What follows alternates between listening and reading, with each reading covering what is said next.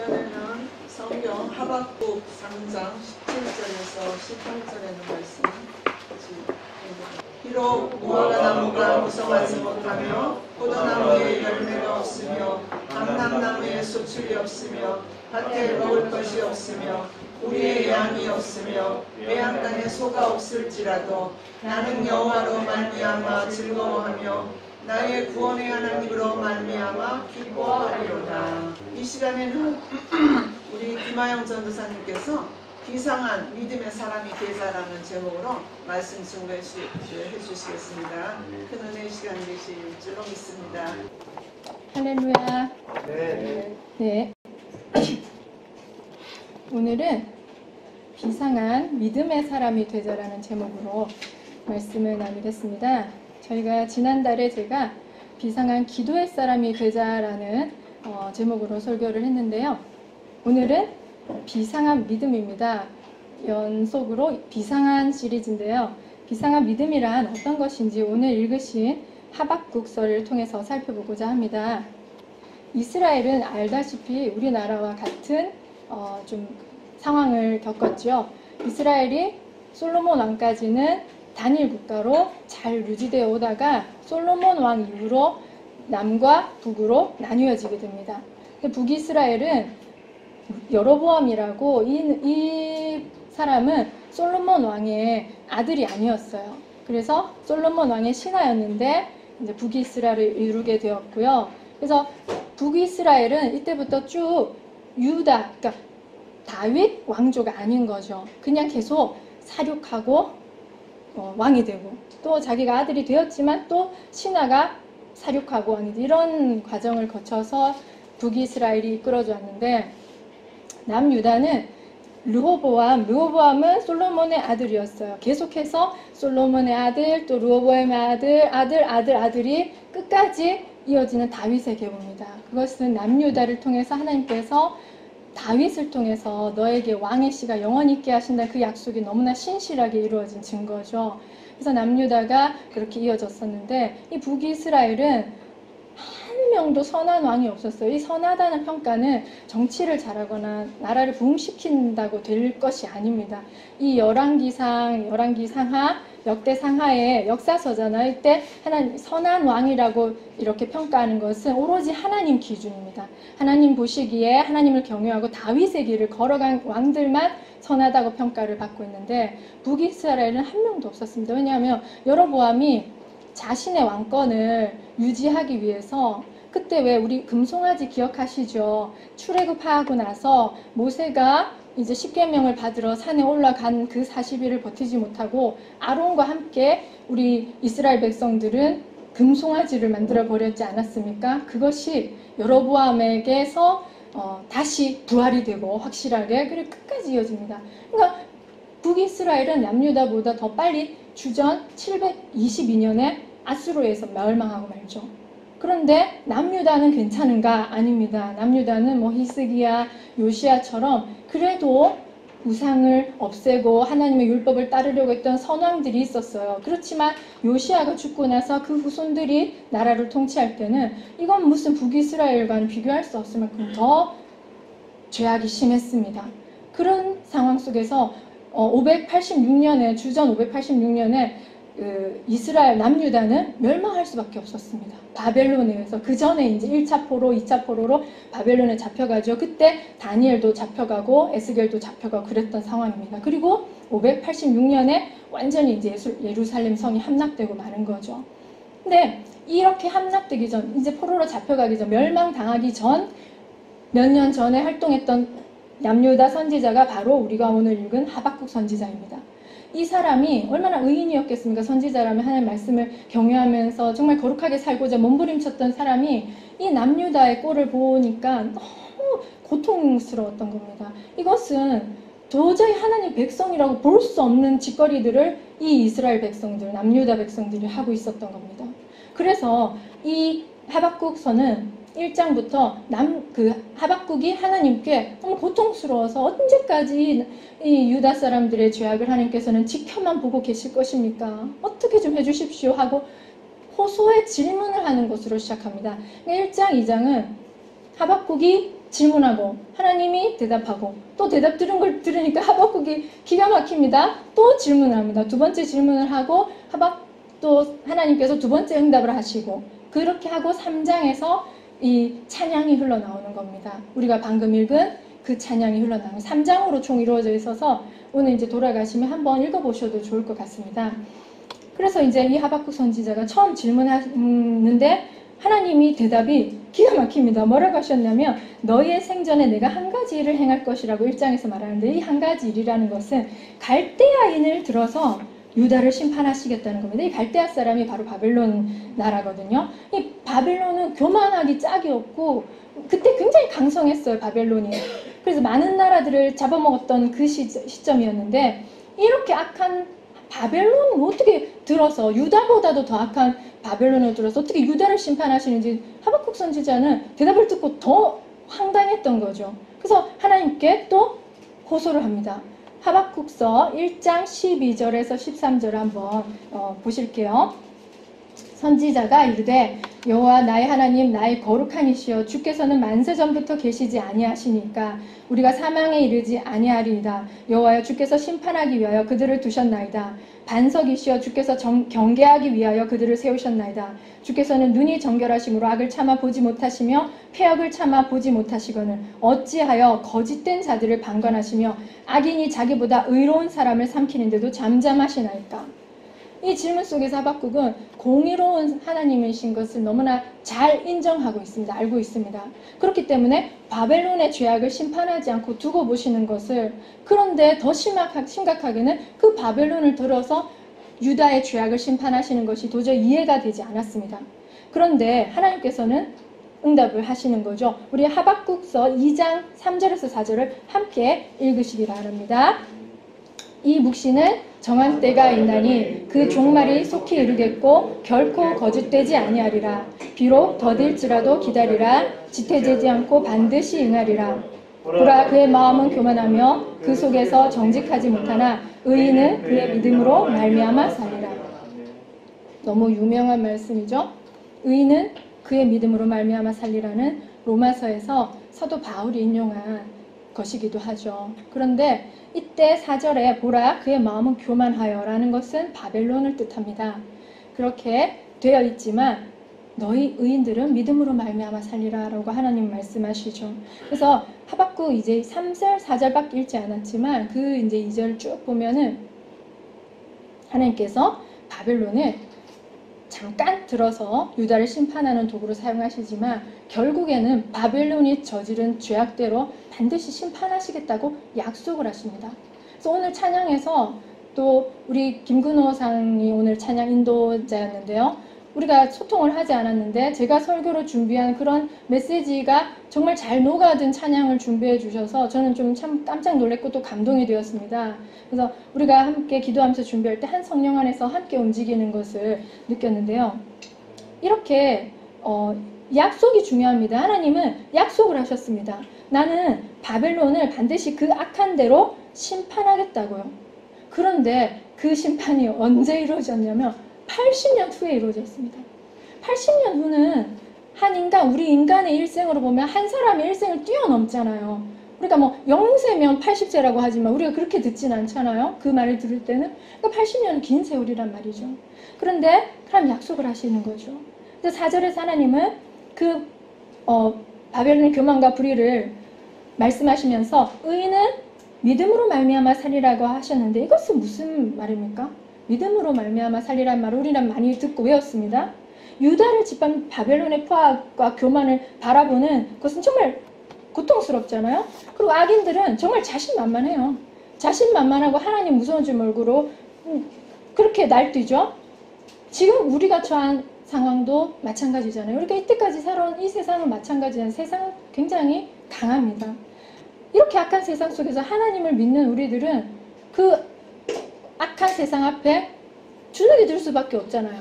그리고 하나님은 왜 그 악한 세상을 바로 심판하지 않으시고 계속 침묵하고 계시는지, 그게 침묵한다고 밖에 우리는 생각할 수밖에 없습니다. 답답한 거죠. 하박국 선지자처럼. 그런데 하나님께서는 3절에 이렇게 말씀하시잖아요. 비록 더딜지라도 기다리라. 우리가 비상한 기도의 사람이 되자라는 설교에서도 기다리라, 인내에 대해서 살펴봤었는데요. 하나님 비록 더딜지라도 기다리라고 말씀하십니다.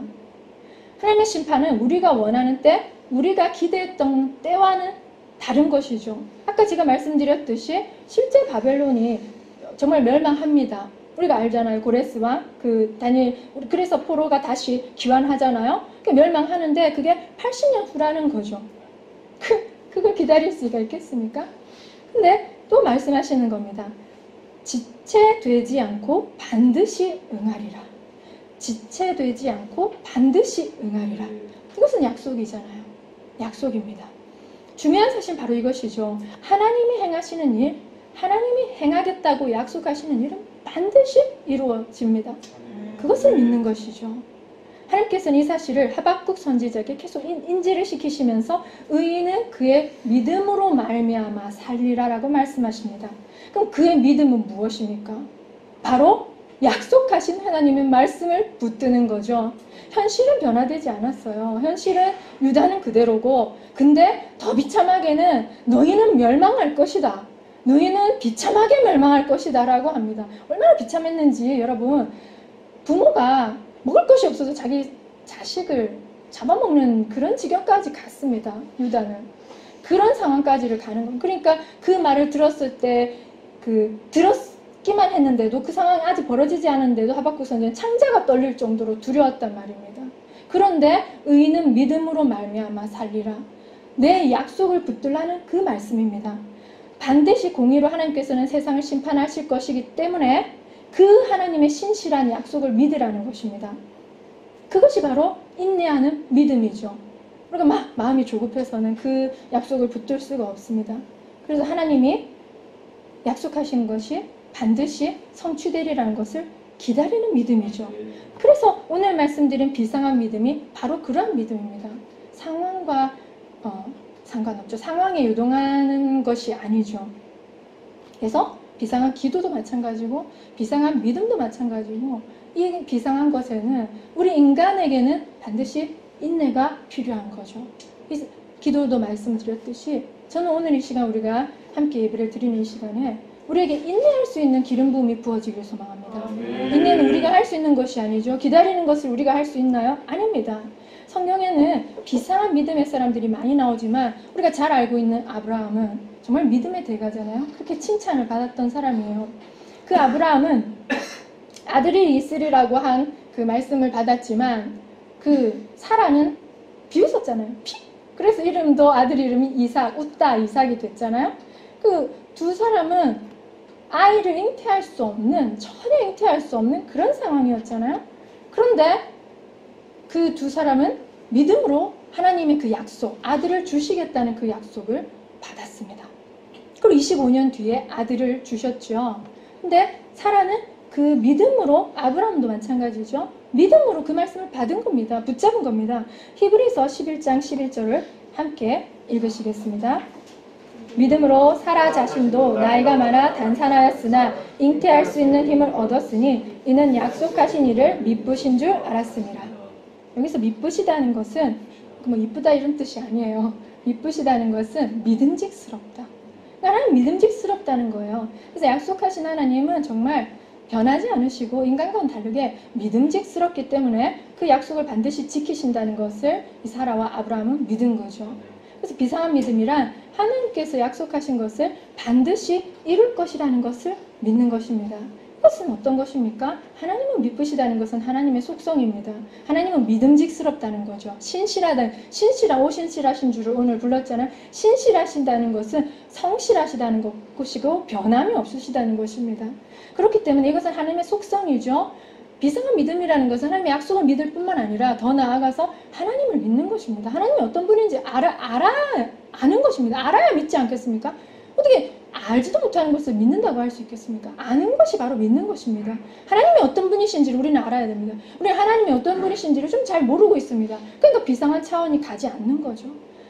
하박국 선지자 오늘 우리 본문을 다시 한번 살펴보겠습니다. 3장 17절에서 18절 함께 읽어보시겠습니다.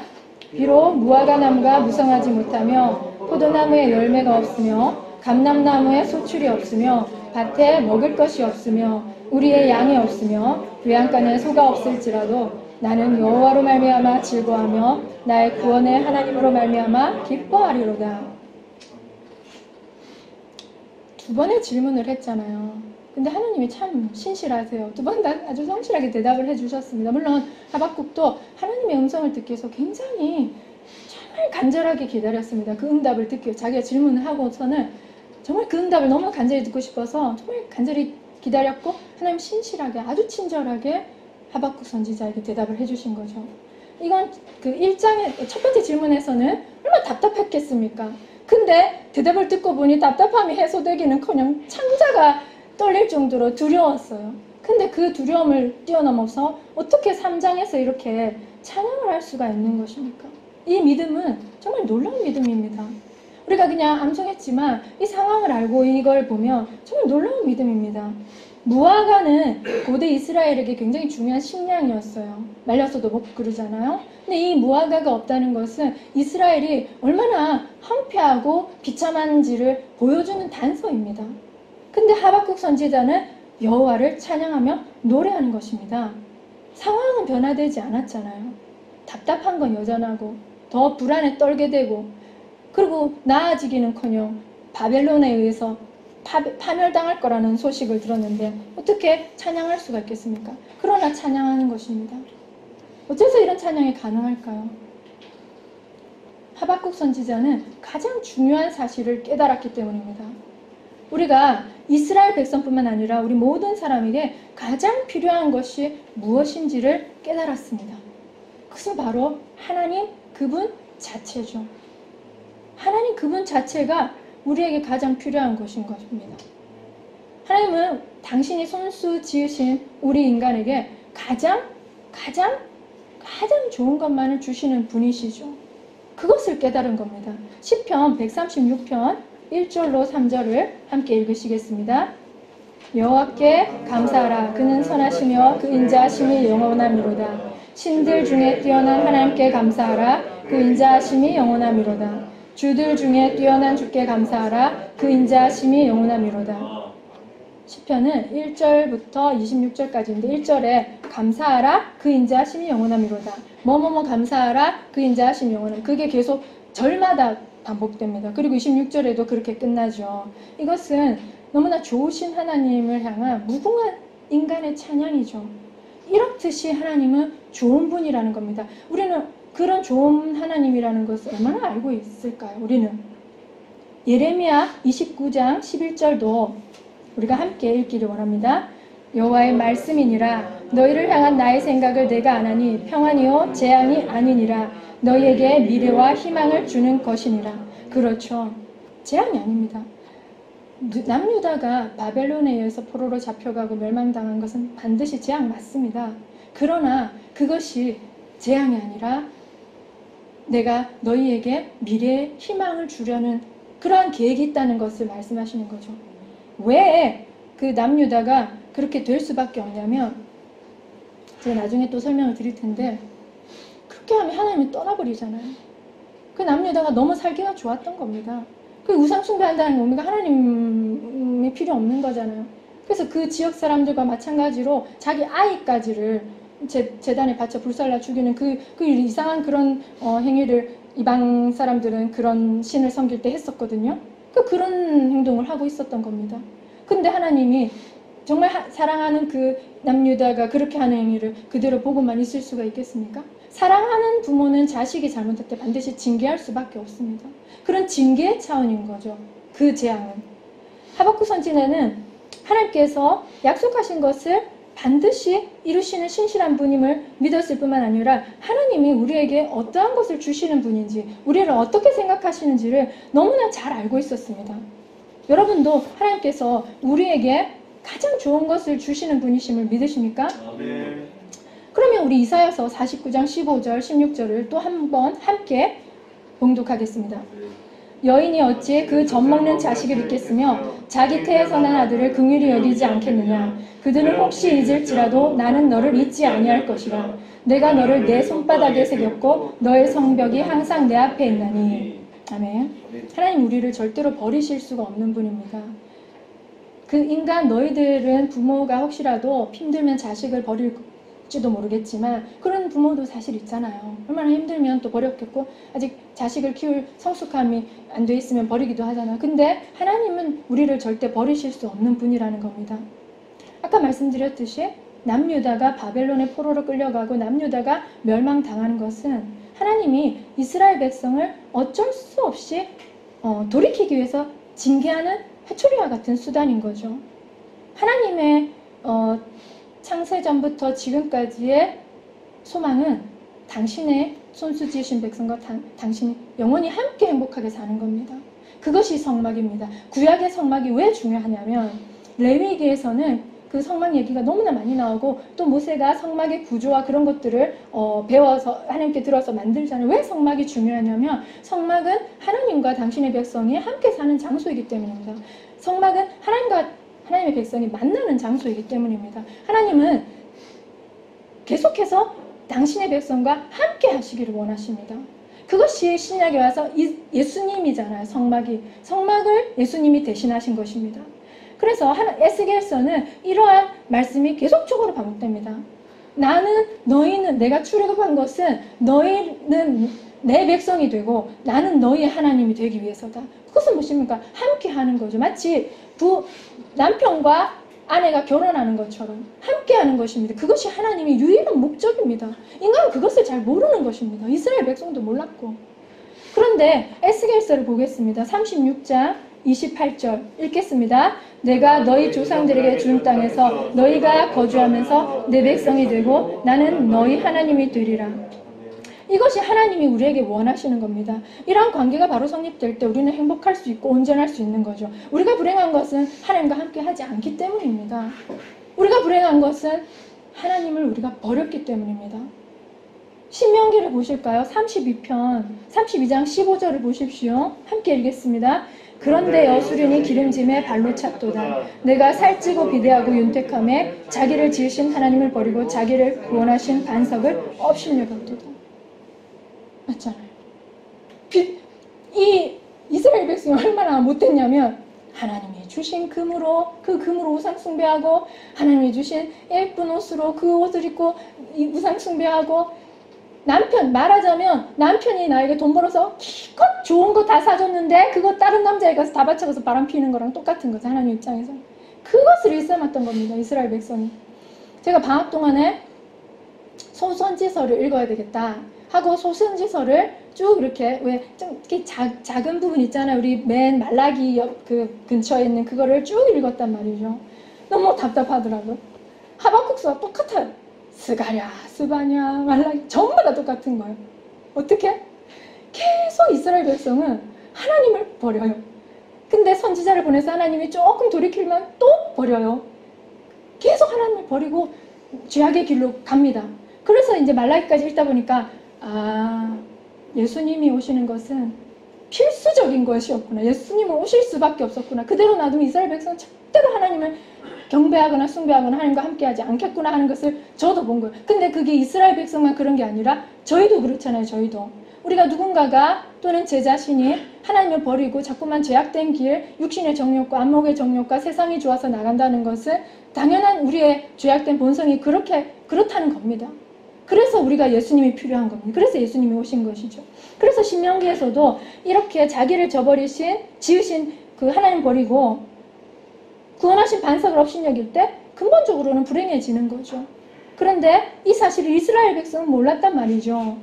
내가 정분이 나가지고 바람난 그 남자가 나한테 잘해주는 거 같고 막 그렇잖아요. 근데 그것이 속는 것이란 말이죠. 그 세상 악한 것은 절대 하나님의 사람을 좋아할 수가 없어요. 잠깐 가지고 놀면서 희롱할 수는 있겠지만 하나님 그 사실을 너무나 잘 알았지만 어리석은 이스라엘 백성들은 또 우리들은 그걸 모른다는 거죠. 그러니까 계속 우상 숭배를 하고 죄악의 길로 빠지는 것이죠. 성도를 양에 비유하는 것을 잘 아시죠. 이 양은 막 우리가 순결하고 막 깨끗하고 그래서 양에 비유하는 것이 아니라 연약한 동물이기 때문에 양에 비유하는 겁니다. 이 양은 시력도 나쁘고 또 자기 혼자 잠을 잘 못 잔대요. 목자가 이렇게 잠을 잘 수 있는 포근한 환경을 만들어줘야 그때서야 잠이 잔대요. 굉장히 예민한 또 동물이라고 합니다. 그런데 이 양이 깻목 타는 냄새를 그렇게도 좋아한대요. 막 고소한 냄새인 것 같습니다. 그래서 어느 이제 거기 숲에 풀밭에 깻목이 타고 있으면 그 타고 있는 거는 불이잖아요. 근데 그 냄새가 너무 고소하니까 양은 좋다고 그 냄새를 향해서 가는 겁니다. 그런데 정말 양을 돌보고 양을 사랑하는 목자라면 그 양을 막아설 수밖에 없지 않겠습니까? 근데 막아서도 이 양은 너무 자기가 좋은 걸 왜 자꾸 막아서 이렇게 반항하면서 더 가겠죠? 그러면 결국에는 목자는 양의 다리를 부러뜨린다고 합니다. 그 부러뜨리면 못 가잖아요. 걸을 수가 없잖아요. 그러면 이제 막 양은 너무 자기는 가고 싶은데 못 가니까 매 울면서 그렇게 있는 겁니다. 그러나 목자 입장에서 볼 때는 양이 가면 통구이가 되잖아요. 얼마나 자글자글 잘 타겠습니까? 근데 차라리 다리 부러지는 게 낫잖아요. 죽는 것보다. 다리 부러지는 것은 목자가 잘 치유해주면 어느 순간 낫잖아요. 그런 생명을 살린 거죠. 이것과 마찬가지입니다. 이스라엘 백성이 바로 이 양과 똑같고 우리도 그 양과 똑같은 겁니다. 우리는 어리석지만 하나님은 무궁히 지혜로우신 분이시죠. 신명기에 보듯이 우리 삶의 번성과 윤택이 꼭 우리에게 축복인 것만은 아닙니다. 인간의 죄악된 본질상 삶이 번성하고 윤택해지면 하나님은 버리게 됩니다. 그러나 실질적인 삶의 윤택함과 풍요로움보다 가장 더 중요한 것은 우리가 하나님과 함께하고 있느냐는 거죠. 우리가 하나님과 함께하고 있느냐는 거죠. 그것이 가장 중요한 것이죠. 하나님께서 우리에게 제공해 주시는 부와 명예에 더 마음이 가 있다면 우리는 제대로 살고 있는 것이 아닙니다. 그렇다면 우리는 하나님을 떠난 것이죠. 우리는 본질이 무엇인지 알아야 되고 그 본질을 붙잡아야 됩니다. 하박국 선지자는 하나님과의 두 번의 그 질의응답 속에서 본질이 무엇인지를 알았고 그 본질을 붙잡았습니다. 하박국서 3장 17절 18절을 다시 한번 보면 하박국 선지자는 우리의 참된 기쁨이 어디에서 오며 우리가 언제 가장 온전할 수 있는지를 분명히 깨달았습니다. 그리고 우리의 기쁨의 근원이 하나님이신 것을 분명히 깨달은 거죠. 그리고 그 하나님이 우리에게 아주 좋은 계획을 가지고 계시고 그 계획을 반드시 성취하는 분이심을 믿었던 거죠. 그래서 포도나무도 없고 소도 없고 양도 없지만 하박국 선지자는 이제 찬양할 수 있는 것입니다. 비본질적인 것은 비록 사라졌지만 본질적인 것이 남아있잖아요. 상황은 아무것도 변한 것이 없죠. 그러나 변한 것이 있습니다. 상황을 바라보는 하박국 선지자의 관점이 완전히 바뀌었습니다. 바벨론에 의해서 멸망당할 것이라는 그 상황 속에서도 그래서 하박국 선지자는 노래할 수가 있는 것입니다. 이것이 바로 비상한 믿음이죠. 말씀을 정리하겠습니다. 비상한 믿음이란 상황에 반응하는 것이 아니라 하나님의 약속의 말씀을 붙드는 믿음입니다. 비상한 믿음이란 하나님이 어떠한 분이신지를 제대로 알고 그 하나님을 믿는 믿음입니다. 하박국 선지자처럼 우리가 처한 상황에 우리가 일희일비하는 것은 당연한 반응입니다. 그것은 우리 인간으로서 당연히 보일 수 있는 반응이죠. 그러나 오늘 이 시간 저와 여러분이 상황에 반응하는 마음이 아니라 하나님의 약속의 말씀에 반응하는 마음이 되기를 원합니다. 우리의 눈이 더 밝아져서 하나님이 과연 어떠한 분이신지를 볼 수 있기를 소망합니다. 우리 상황이 좋을 때나 나쁠 때나 변함없이 하나님을 찬양하는 그 믿음이 우리 안에 가득 부어지기를 소망합니다. 성경은 구약과 신약이잖아요. 구약, 신약, 이 약은 약속, 언약을 뜻합니다. 그러니까 성경 자체가 옛 약속, 새로운 약속, 약속의 책인 것입니다. 성경은 약속의 책입니다. 얼마나 많은 아름다운 약속이 이 속에 담겨져 있습니까? 너무나 아름답습니다. 우리가 앞으로 붙들 약속은 예수님께서 우리를 위해 다시 오신다는 그 약속이잖아요. 그런 약속들입니다. 그 약속을 붙드는 것이 바로 비상한 믿음입니다. 오늘 이 시간 상황이 아닌 하나님의 약속의 말씀을 붙잡는 믿음이 우리에게 가득 부어지길 소망합니다. 그리고 그 약속의 말씀을 하나님께서 반드시 성취하시라는 그 인내의 믿음이 우리 안에 가득 부어지길 소망합니다. 하나님은 좋으신 분입니다. 하나님은 좋으신 분입니다. 하나님은 우리에게 언제나 좋은 것만을 주시는 분입니다. 하나님은 우리에게 아무것도 어떠한 것도 악한 뜻이 없으십니다. 하나님은 우리에 대해서, 우리 여러분 각자에 대해서 상상을 뛰어넘는 계획을 가지고 계신 분입니다. 하나님은 우리의 아버지시요, 우리의 영원한 상급입니다. 이 하나님을 믿는 믿음이 오늘 이 시간 저와 여러분의 마음에 굳건하게 새겨지길 소망합니다. 아멘. 기도하겠습니다. 주님 감사합니다. 오늘 하박국서를 통하여서 비상한 믿음이란 것은 어떤 것인지 우리는 살펴보았습니다. 하나님, 우리가 어떠한 상황일지라도 상황에 흔들리지 않고 하나님의 약속을 붙들 수 있는 그 믿음이 우리 안에 가득 부어지길 소망합니다. 하나님께서는 약속하신 것을 반드시 성취하시는 분이심을 믿고 인내하며 그때를 기다리기를 소망합니다. 하나님은 정말로 좋으신 분이시고 우리에게 가장 좋은 것을 주시는 분이심을 믿기를 원합니다. 하나님은 우리 각 사람에게 가장 놀라운 뜻, 우리가 상상조차 하지 못했던 멋진 계획을 가진 분이심을 우리가 믿기를 소망합니다. 아버지, 그 믿음을 우리에게 부어 주시옵소서. 오늘 이 시간 비상한 믿음을 저희 마음에 부어 주시옵소서. 그리하여서 상황은 어떠할지라도 우리가 하나님으로 말미암아 기뻐하리로다. 그런 하박국 선지자의 고백과 같은 고백이 우리 입술에서 날마다 터져나오기를 간절히 소망합니다. 이 모든 말씀 예수 그리스도 이름으로 기도드립니다. 아멘.